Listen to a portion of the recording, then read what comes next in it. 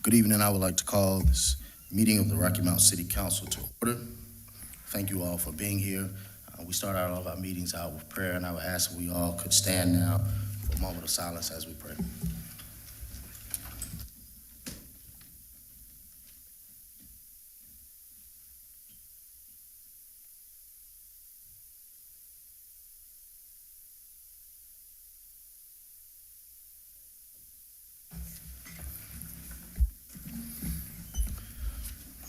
Again, thank you all for being here in attendance, May 22nd, 2023, for our Rocky Mount City Council meeting. Time is approximately 4:01 p.m. Madam Clerk, may you call the roll, please? Councilmember Knight. Blackwell. Joyner. Here. T.J. Walker. Here. Daughtridge. Here. Harris. Here. Jabaris Walker. Here.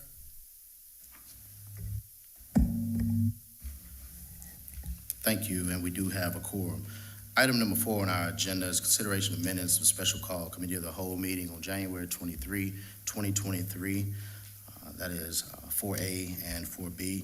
Do we have a motion to approve these minutes? So move. Second. Motion made by Councilman Joyner, second by Councilman Walker. Item 5 on our agenda is a consideration of additions or deletions to the agenda. Are there any considerations for additions or deletion at this time? Mr. Mayor Pro Tem, Yes, sir. Councilman Daughtry. I would like to make an addition towards the end of our meeting. Item number 10A, right before the presentation by City Manager Keith Rogers. And this is for a letter that I'm requesting that our city manager write along with a resolution for either our city clerk to write with approval from the city council at our next city council meeting. And I don't know if I need to read that now or when we get to that point.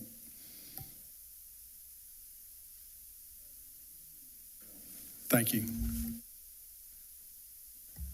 Item 10A to be added to the agenda. All in favor, please let it be known by aye. Aye. All opposed, same sign. Item 10A has been added to our agenda.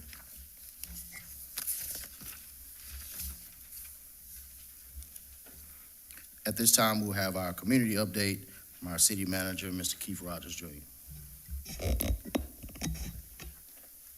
Thank you, Mayor Pro Tem.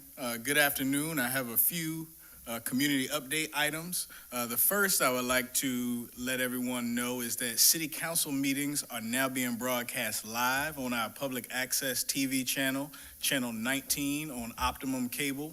And so council meetings can also be seen on our city's website as well as the city's YouTube page. The city's Public Works and Water Resources Department are hosting an equipment show from 3 to 5 p.m. on Tuesday at our Environmental Services Complex on 1221 Thorpe Road. So this is an exciting and an ideal opportunity for families and children to get a close-up look at some of our city equipment, including our trucks, bulldozers, tractors, and other equipment. You can see our professionals show off their skills on all that heavy equipment this Tuesday or tomorrow. Downtown Live returns to our Imperial Center on the lawn at 6 p.m. on Thursday, May 25th. The music will be provided by a part-time Party Time band. Also, exciting news, the newly renovated Denton Street swimming pool opens this weekend. On Saturday, residents will notice a host of improvements to the pool, including new diving boards and water slides. We have also replastered and updated the filtration system. The pool's early season hours will continue on June the 11th and are 1:30 p.m. to 5:30 p.m. on Saturdays and Sundays. Black Panther: Wakanda Forever will be shown during our next Lawn Chair Theater on Friday, June the 2nd at the lawn on the Imperial Center, and the movie will begin viewing at dusk. Also, our next First Friday celebration is also set for Friday to June 2nd from 5 p.m. to 10 p.m., and this event will be held in our downtown Rocky Mount area and will feature live food, music, games, and more. And finally, The city is hosting a job fair open house from 10 a.m. to 7 p.m. on Wednesday, June 14th. We encourage everyone in the community to come out to see what opportunities that we have to offer to be employed with the city. There will also be a prize drawing. Thank you, Mayor Pro Tem. Thank you, Mr. Manager, for that update. Glad to know that there's so much going on in our city, and I hope that we all would adhere to those announcements and updates. At this time, we'll have this item number 7, which is our petitions to be received from the public. The public petitions portion of our city council meeting is an opportunity for public comment, and the city council appreciates your attendance and thanks you for expressing your views and opinions. City council values all citizen input.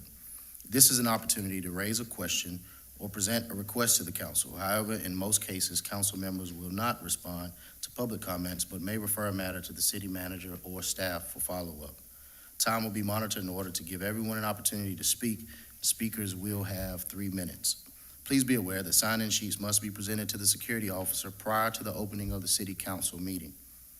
If an organized group is present to speak on a common issue, please designate one person to present the group's comments. If your comments are in regard to an item that is subject of a public hearing, please wait until that item is introduced to speak. Time will also be monitored.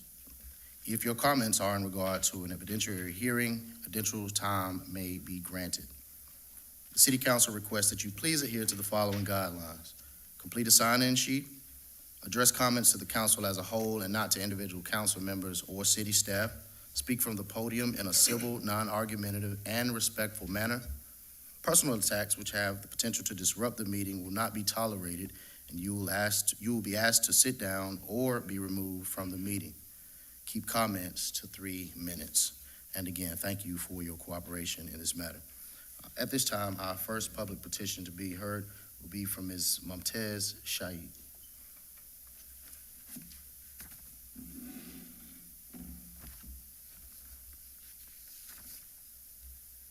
Good evening. Good evening. Mr. Pro Tem Mayor, council members, ladies and gentlemen. It seems to me that judging from the paltry salary of sanitation workers, that they are undervalued and underprivileged as a group working for the city. Trash collection and waste disposal are vital for the protection of people, animals, and the environment. If city employees down their tools tomorrow, they can easily run public safety into the ground.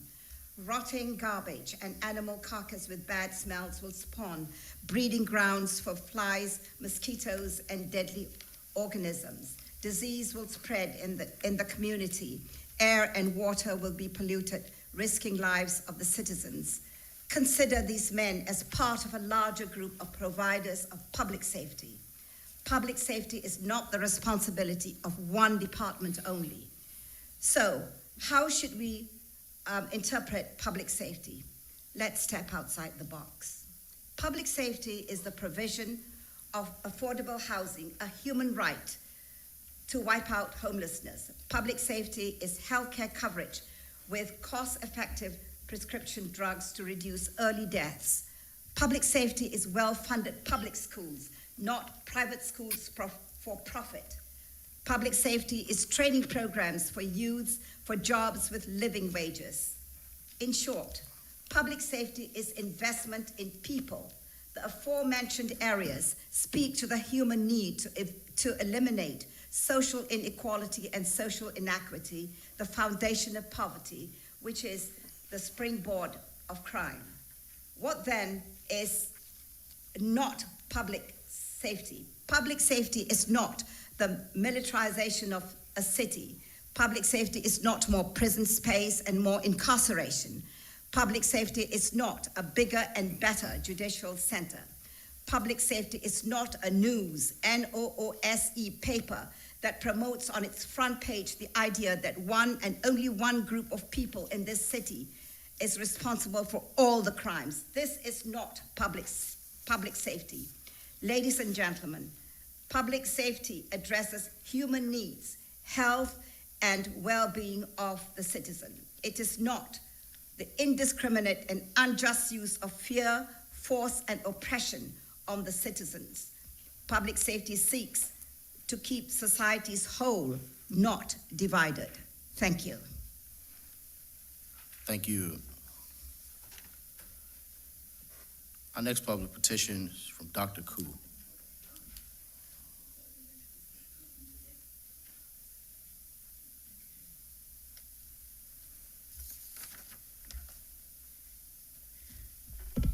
Good afternoon. Good afternoon. When President Reagan introduced new liberal policies in this country in an attempt to jumpstart the economy, it ended up creating this great wealth divide we are seeing today. The deregulation of banking permitted rampant financial speculation and asset price inflation, a major cause for our housing crisis, as houses become very unaffordable. Together with disinvestments and redlining, Black and brown people are the hardest hit. This casino, gambling, and housing was the cause for the last economic crisis of 2008. The neoliberal policies allowed public services like healthcare, education, utilities, and transportation, banking to be privatized, thus transferring their costs on to the common people. Other subsidies like food and unemployment benefits get reduced yearly. The wages earned by workers after taxes can barely cover these costs and should strike out the lies that workers are earning too much. Much of the US population live from paycheck to paycheck, supplemented by a mountain of debt and to survive. This mountain is getting more and more oppressive as interest rates increase. I'm bringing these points up to enable all of us to understand the roots of the wealth disparities between us, the 99% and the 1%. Rocky Mount suffers the same malaise as the rest of the country. Thus, I'm on the crusade to ask Council to make raising out of poverty the impoverished people in Rocky Mount as their #1 priority going forward. Following this, a lot of attention must be given to the proposed manufacturing industries and other investments coming here, as described by Mr. Norris Tolson at the retreat, promising thousands of jobs. Concerted efforts must be put to recruit and train our unemployed here. At the same time, the city needs to negotiate terms that are also favorable to the overall growth of the economy here. Also among the city policies are the constant hiring of consultants on this or that project at great expense to the taxpayers. For example, the last comprehensive housing report titled Crossroads to Prosperity was done almost 10 years ago, 2014. If another study is contemplated, why not pay our unemployed here to do the necessary surveys, which can then be pulled together by the consultants? It could be considered a citizens' engagement with incentive. These are just some suggestions. I'm sure you can come up with more if impacted citizens are consulted as well. Thank you. Thank you. The final public petition we have is from Kyle Johnson, but I believe it has Westmount rezoning for items 9 and 10. So if you could, items 9 and 10 will ask for public hearing. Thank you. That concludes our public petition portion of our city council meeting. Brings us to item number 8, which is our consent agenda. Those are items 8A, item 8B, agenda item 8C, agenda item 8D, agenda item 8E, agenda item 8F, and that concludes our consent agenda. The recommended action is to approve consent agenda inclusive of 1, approve street closure, 2, approve firework displays, 3, authorize the mayor, city manager, city clerk to execute required documentation, including final applications, subsequent grant agreement, and certifications and assurances on behalf of the city. Adopt ordinance, authorize the purchasing division to issue purchase order and execute bid document in accordance with the council's award, and approve work session schedule for budget review. Do we have a motion? So moved. Is there Second. a second?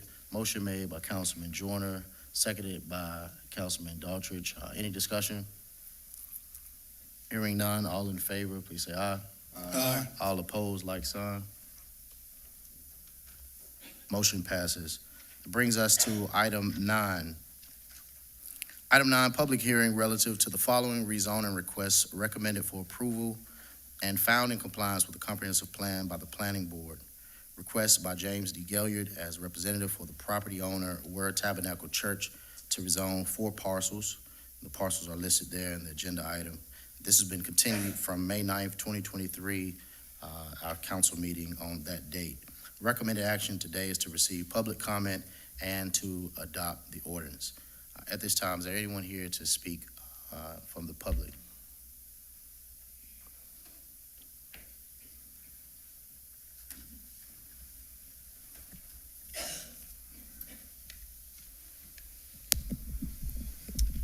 Hello, everyone. How you doing? So my name is Kyle Johnson, and I've been a member of Word Tabernacle Church since 2009 and a part of the staff since 2013. One of the reasons I am there is because I believe in the work of the organization. We are faith-based and teach the gospel to people that they can be restored to God through relationship with Christ, but we also believe that God is intentional about our lives on earth and until we leave it. We are purposed to love God and people. And like faith, love without works is dead. So our goal is to impact the region by empowering people and individuals to thrive. And thriving cannot just be about a hope or an idea. It requires tangible tools. That is why we want to develop the property on Westmount Drive. It will become a tangible place where people can go to socialize, exercise, find adequate housing, and memorialize loved ones who've passed on, and create memories. And as we have all experienced with COVID-19, we realize that isolation can be detrimental to an individual and a community. This will be a place where people can gather together. And not only do I believe in the work of the church, I also believe in the heart of the organization and the heart behind the work. The goal is not only to create spaces, but to do so in a way that does the most good for the most people, including the immediate community. I know there are people who are concerned with the community having a new asset, and our hope is not to hurt, but to help. Our vision is for everyone to thrive. So this includes the local residents of Westmount community, residents of our city, and everyone in our region. And we have a track record of positive impacts. We have been here to help our city, and we'll continue to do so through our work. Our hope is that the City Council will help us help people by voting to rezone this area. And I know that there are 2 things, both the development of Impact Point, but then also the venue that's going to be developed at Westmount Drive, hopefully with the rezoning. And as I said before in previous meetings, I am a local wedding photographer, and oftentimes I travel outside of Rocky Mount for the last 13 years in order to capture special events. I know locally we have the struggle of where can I eat, where can we go, where can I have this special event, what's a new spot that I can have this party? And I would hope the council understands that while people come to a special event and to a venue space for one event, it also exposes people to a region. Many times over, I know that people come and decide to move to our city and to our region, not just because they found the right house, but because they have been here multiple times before. I believe that a wedding venue and a restaurant space will not only give people choices and variety locally, but it will also expose our region for the goodness that it is. A down-home area that is forward-focused and offering beautiful assets and beautiful opportunities for people who choose to be here. So I hope that as you decide on your final vote for the rezoning, that you will vote to do rezoning, and that those who may be in the room or those who are watching virtually will realize that we are partners and all their concerns will be taken into consideration to create the best plan both for that local community and the city as a whole. Thank you. Thank you.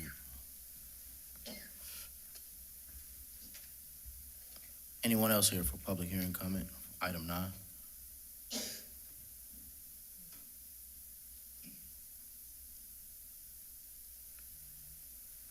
Hearing or seeing none, the recommended action is to receive public comment and adopt the ordinance. Do we have a motion? So moved. Motion made by Councilman Joyner. Is there a second?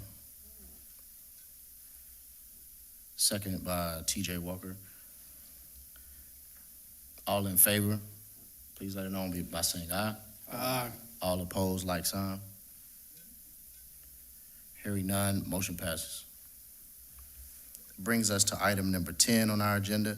Public hearing relative to the following rezoning requests recommended for approval and found in compliance with the comprehensive plan by the planning board.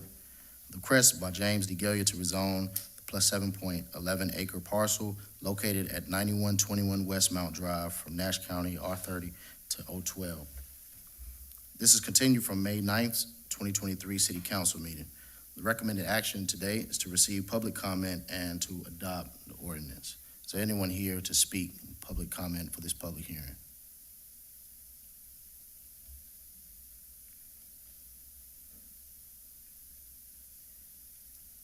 Hearing or seeing none, is there a motion for item 10? So move. Motion made by Councilman Joyner. Will there be a second?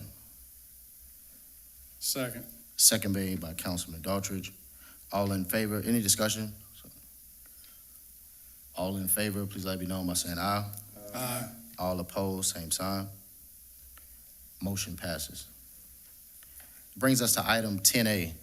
Item 10A was an addition to our agenda today for a letter to our local legislation in order to provide a letter for our next council meeting, which will be June the 12th, I believe.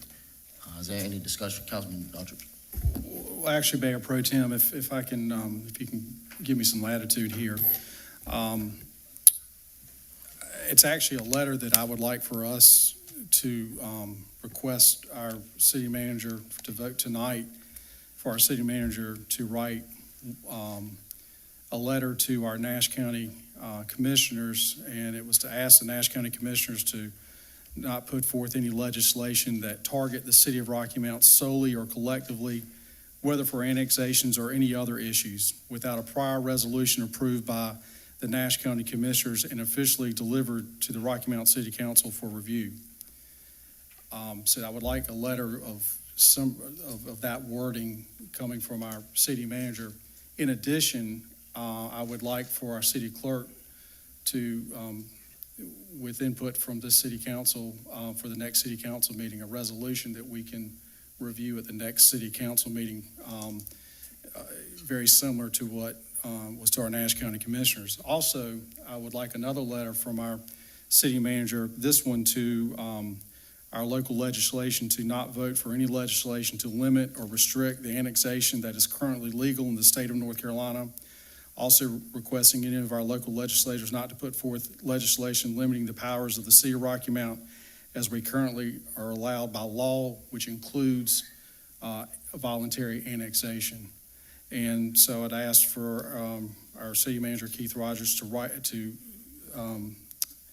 compose a letter, and then also same for a resolution to be presented at our next city council meeting. So I hope my fellow city council members will vote tonight in favor of that. And I also want to give some Senate Bill 169, I'm sure many people are aware of, was put forth by our local our legislator in the Senate, that would prevent the city of Rocky Mount to do any satellite annexation. And it not only the city of Rocky Mount, but it included other municipalities in Nash County. And I think that was poor. I understand why it happened.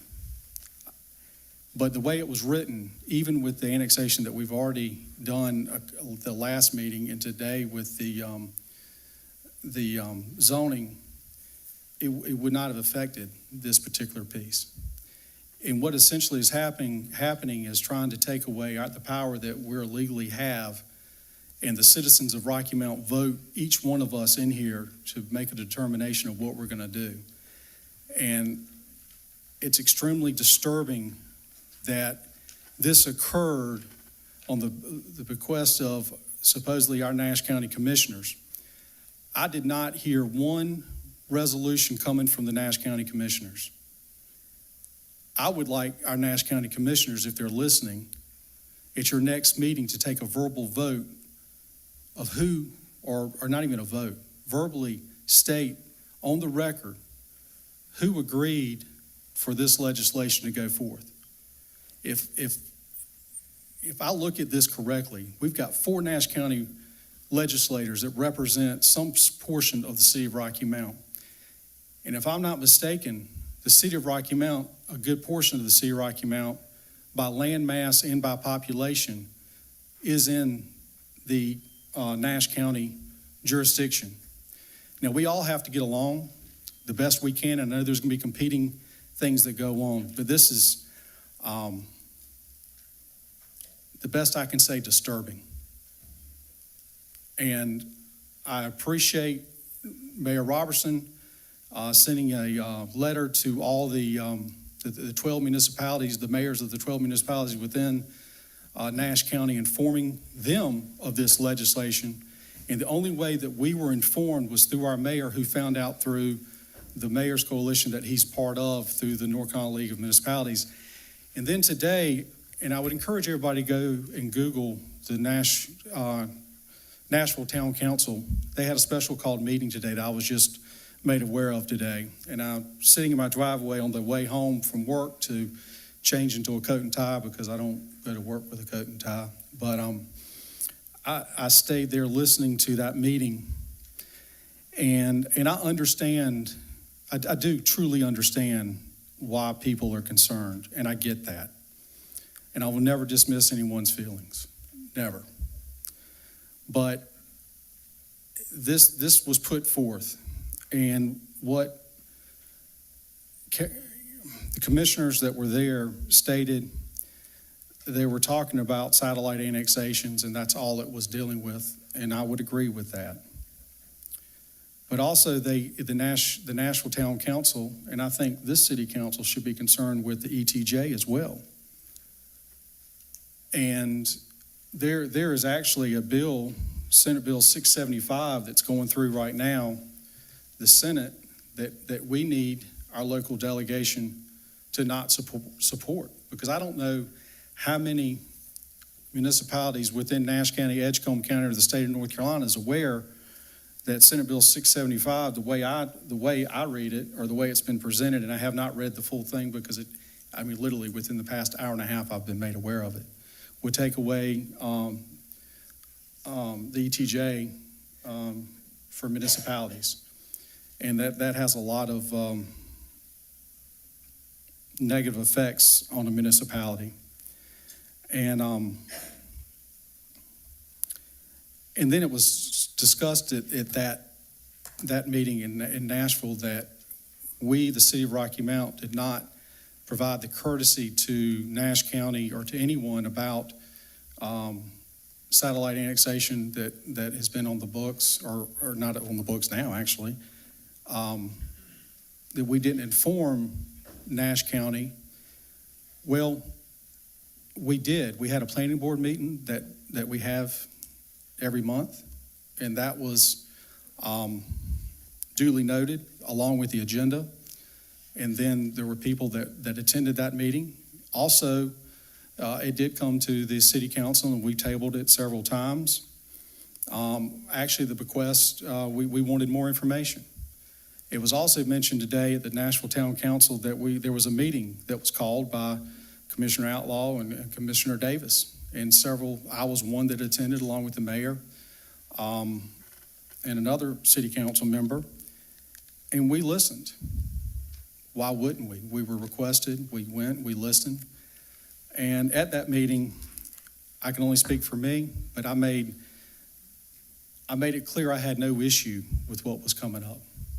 And quite frankly, I supported the growth of Rocky Mount and our tax base. And so to say that we were non-responsive to the concerns, I made my thoughts clear at that meeting. I think this is a good lesson for all of us.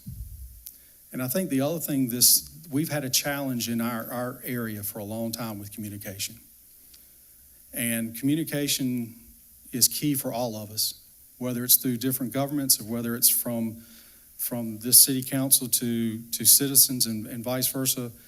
If we don't have communications, we don't have anything. And quite frankly, our livelihoods, our success is not based on the city of Rocky Mount solely. It's not based on Nash County. It's not based on Edgecombe County. It's based on the collective good of all of us, and we all need to work together. And I would expand that to Wilson and to Halifax and northeastern North Carolina, because if you haven't looked lately, we have a lot of challenges, and we need to work on them, and we're not going to solve those challenges unless we work together as a community. And I would urge each citizen, and I would urge each elected official within this region to let's come together as one. We don't have to agree on everything, but we don't have to cut each other at the knees. and we need to respect each other. And by respecting each other, we need to give respect. So I appreciate the latitude, Mayor Pro Tem, that you provided, but I also, after this, I'm sure there's some others that would like to speak, but I would like for us to vote for a letter from our city manager and then also from our city clerk, a resolution at our next meeting. Thank you. Thank you, I Councilman make a Daughtry. motion that we receive the recommendation from Councilman Daughtry. Well, I wanted to add to that, while we're talking about the letters, going ahead and opposing Senate Bill 675, while we're already writing the letters, and also Senate Bill 248. But we can bring all of that back once we vote. But I didn't want to create another agenda item. So, yes, ma'am. On the 675, I would prefer to hold off because I haven't read it. And quite frankly, I know a little bit about 280, Yes. 285, that's the school? Yes, sir. Okay, 248. 248. And if you want to include that one, I know enough about that one to vote on that one. Okay. All right, do we have a motion to, okay. Motion's amended. Councilman Joyner, motion made by Councilman Joyner to amend item 10A to include those 5 letters. I believe it is. Or maybe 4. Is it 4 letters? Okay. Is there a second? Motion made by Councilman Joyner to amend item 10A, seconded made by Jabaris Walker. Any discussion? Councilman Harrison? Thank you, Mayor Pro Tem. Yes, sir. In months past, I expressed my concerns about these 2 subject parcels on West Mount Drive. They have been voted as of 2 weeks ago to become a part of the city. But in light of the recent developments in Raleigh, and one of the key concerns that I had about this was making sure that the people who own these 2 subject pieces of property would be responsible for any cost if sewer was going to be run from the existing line now all the way out to these 2 subject pieces of property. And I think we have that agreement in place. So one of my main concerns has been satisfied. Thank you. Any more discussion? Hearing none, all in favor, let it be known by aye. Aye. All opposed, like sign. Agenda item 10A passes. Item number 11 is a presentation of budget by our city manager, Keith Rogers, Jr. Well, thank you, Mayor Pro Tem. Good evening, everyone. So tonight, I am pleased to present the proposed fiscal plan for fiscal year '24, as well as the 5-year capital improvement plan for fiscal year 2024 through 2028. The plans that are before you now represent a collective effort and input from this city council, from the community, as well as the city's leadership team. I would personally like to thank the city staff, particularly Mr. Kenneth Hunter, the assistant to the city manager, for the diligent efforts he and his team have committed to this budget, not only this year, but each and every year. So the city's budget documents have been published online, and tonight I will provide an overview of the proposed fiscal plan for council's consideration. Sound financial management is truly the bedrock of any well-managed government. Across the globe, organizations have faced with new realities of the world post-pandemic. The past 3 fiscal years have been unique to say the least, and we must consider those revenues as well as expenditure patterns within the appropriate context. With that said, the city of Rocky Mount has a strong foundation. This budget is built upon sound fiscal practices. All revenues equal expenditures, complying with our legal requirement to have a balanced budget.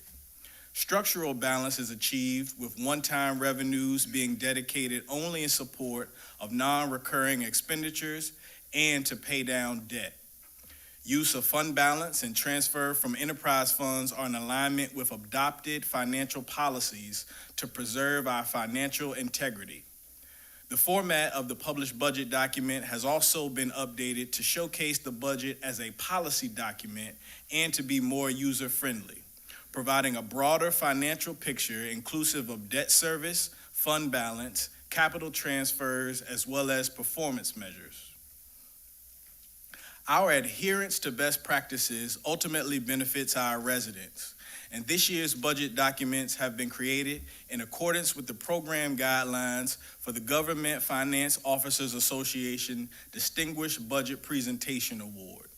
GFOA established the Distinguished Budget Presentation Awards program in 1984 to encourage and assist state and local governments in preparing budget documents of the very highest quality that reflect both the guidelines established by the National Advisory Council on State and Local Budgeting and GFOA's own best practices.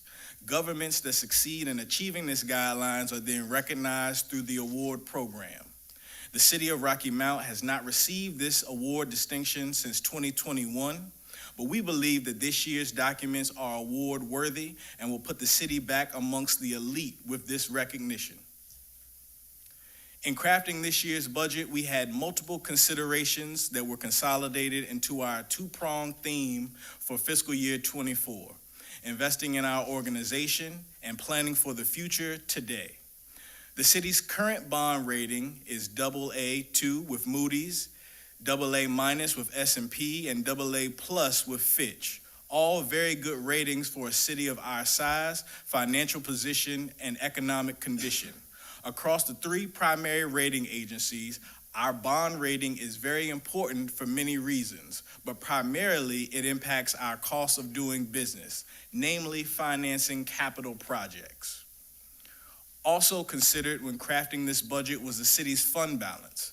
We have established guidelines for preserving an adequate fund balance in each of our operating funds to maintain financial stability, as well as providing prudent management for our reserves.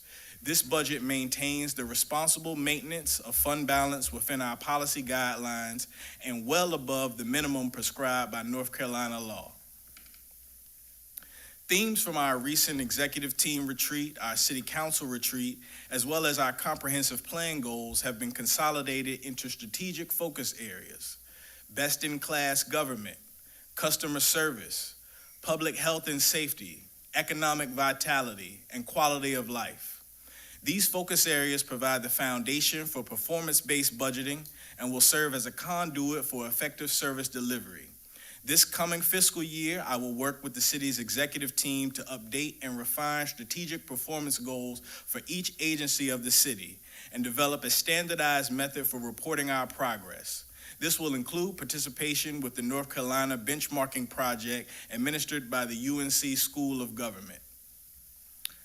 Our fiscal plan includes a total proposed annual operating budget for next fiscal year of $258 million. This is an 8% increase from the budget you adopted for the current fiscal year. The funding level was achieved without any increase to the city's property tax rate, which remains at 68.5 cents per $100 of assessed value. Last fall, you received the results of a cost of service analysis dealing with the operational and capital needs of our water and sewer utilities, which included a recommended increase in rates for water and sewer services. Our proposed fiscal plan includes the initiation of these rate adjustments with a 7.5% increase for water and 8.5% increase for sewer. On average, our inside city residential customers will see an increase of a little over $3 per month in their utility bills due to these increases. However, our rates remain below average for jurisdictions of our size and capacity. Also included in this budget is a 2.5% increase to our solid waste transfer station fee, which is in line with the inflationary cost adjustment stated in our solid waste disposal contract. This fee increase applies only to direct users and it will have no impact to our residential customers. Our annual operating plan is comprised of funds responsible for the delivery of the full accompaniment of city services: general government, surface transportation, emergency 911, energy resources, and water resources. The proposed budget in the coming fiscal year for the general fund operation is nearly $93 million, which is a 10.7% increase from the level you adopted in the current fiscal year. At our upcoming budget work sessions, we will review the forecast of revenues across sources that enable us to balance this budget without raising taxes or increasing the appropriation of unassigned fund balance. Emerging from the COVID-19 global health pandemic, the employment landscape has evolved significantly. The competition for qualified workers and the unique demands of employee retention make investing in our organization a top priority for this budget year. These environmental factors were further compounded by the long-awaited review of our classification and compensation structure that has been under review in some shape, form, or fashion, at least dating back to 2017. I am glad to say that the current iteration of this study is now complete, and this budget includes the funding to implement the study recommendations. Features of our new classification and compensation plan include the following: increasing the minimum hourly rate to the North Carolina living wage, creating market-driven competitive pay grades, including 3 distinct pay plans for general government, public safety, and energy services, respectively. It also increases career ladders to provide additional advancement opportunities throughout our workforce. In addition to the funding to support the new classification and compensation structure, this budget also continues funding for pay for performance adjustments. I would like to be very clear. Our employees are our most valuable resource, and I have a continued ongoing commitment to ensuring that they feel that value. This is also a pivotal time for the city of Rocky Mount. I believe that our future is bright, but we must be prepared to respond to the opportunities for growing our population base and taking advantage of the continued above-average growth experience in our neighboring Research Triangle area. The city has been committed to increasing and sustaining affordable housing options, particularly for families earning less than 100% of the area median income. Additionally, the city has long recognized the benefits of having a robust and a vibrant downtown. To ensure that our investments have the greatest impact, our proposed fiscal plan appropriates $1 million from the American Rescue Plan Act to support the development of a citywide comprehensive plan update, a downtown master plan, as well as a comprehensive housing plan. I believe that this undertaking will allow us to capitalize on the momentum of today, as well as provide a blueprint for future growth. And while we are planning, we will still continue to fund our strategic investments in these priority areas. The proposed budget maintains the $1.2 million in annual funding for housing-related programs and initiatives. It also provides $600,000 for downtown-focused initiatives. Our fiscal plan is responsible and sustainable. I believe it addresses present needs while also positioning us strategically for the future. As I said, the budget documents are available for viewing online on our city's website, rockymountnc.gov, and printed copies are available for viewing in the city clerk's office as well as the Braswell Memorial Library. Our upcoming review schedule is currently displayed on the screen above, and we're kicking off our virtual town hall on this Wednesday at 7 p.m. Mayor Pro Tem, I thank you for your time, and I thank council in advance for your consideration. Thank you, Mr. Manager, and thank you for your leadership and for the hard work of your staff that works diligently daily. Also on that note, I would like to send our condolences as a council to one of our own, Mr. Ken Hunter, as you are in the process of going through the transition of your mother. So we're praying for you and glad to see you back here with us. So our hearts and our prayers are to you and your family. Any other questions, discussions, or comments about the proposed budget that we've seen? Councilman Daltrich? No, but I can assure our city manager, since this is his first one, I do have many questions, and go ahead and be prepared. Yes, sir. Any other discussion? Councilman Joyner? Oh, no. Just want to thank our city for being in our Ward 3 meeting. And thank you for all you're doing. And thank you, Mayor Pro Tem.